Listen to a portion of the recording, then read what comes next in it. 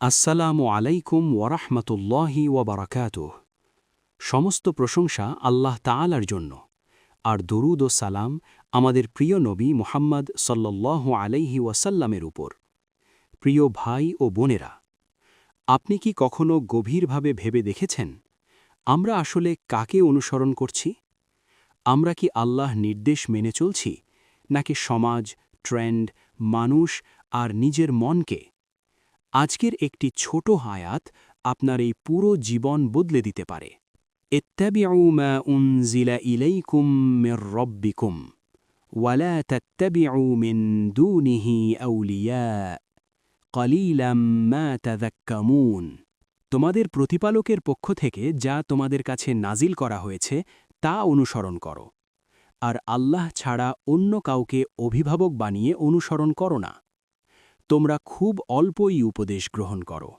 এই আয়াতে আল্লাহ আমাদেরকে একদম পরিষ্কার করে বলে দিয়েছেন, ইসলাম শুধু বিশ্বাস নয়। ইসলাম মানে হল আল্লাহর আদেশ অনুযায়ী জীবনযাপন করা। কিন্তু আজ আমরা কি করি? আমরা বলি, সবাই তো এমন করছে, এই যুগে এসব মানা যায় নাকি? কিন্তু আল্লাহ বলেন, সমাজ নয়, ট্রেন্ড নয়, মানুষ নয়, আমার নাজিল করা বিধান অনুসরণ করো। এই আয়াত আমাদের সবচেয়ে বড় বিপদ সম্পর্কে সতর্ক করে, অন্ধ অনুসরণ।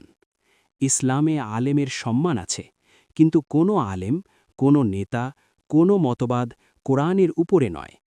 যে কথা কোরআনের বিরুদ্ধে যায় তা যত সুন্দরী শোনাক, মুমিনের জন্য তা গ্রহণযোগ্য নয়। আয়াতের সবচেয়ে ভয়ঙ্কর অংশ, কালিলাম মা তাযাক্কাউন, তোমরা খুব অল্পই উপদেশ গ্রহণ করো। আজ আমাদের সবচেয়ে বড় সমস্যা, আমরা জানি কিন্তু মানি না, শুনি কিন্তু বদলাই না। এটাই আমাদের সবচেয়ে বড় ক্ষতি। এই আয়াত আমাদের শেখায়, কোরআন আগে, সুন্নাহ আগে, তারপর সব কিছু। আপনি যদি সত্যি দুনিয়া ও আখেরাতে সফল হতে চান, আল্লাহর কথা সবার আগে রাখুন। হে আল্লাহ, আমাদের কোরআন ও সুন্নার সত্যিকারের অনুসারী বানান। মানুষের ভুল অনুসরণ থেকে আমাদের রক্ষা করুন। আমিন। এই আয়াত আমাদের জীবন বদলে দেয়। আজ নিজেকে প্রশ্ন করুন, আমি কাকে অনুসরণ করছি? আল্লাহকে না মানুষকে? যদি উপকারে আসে, এই বার্তাটি শেয়ার করুন।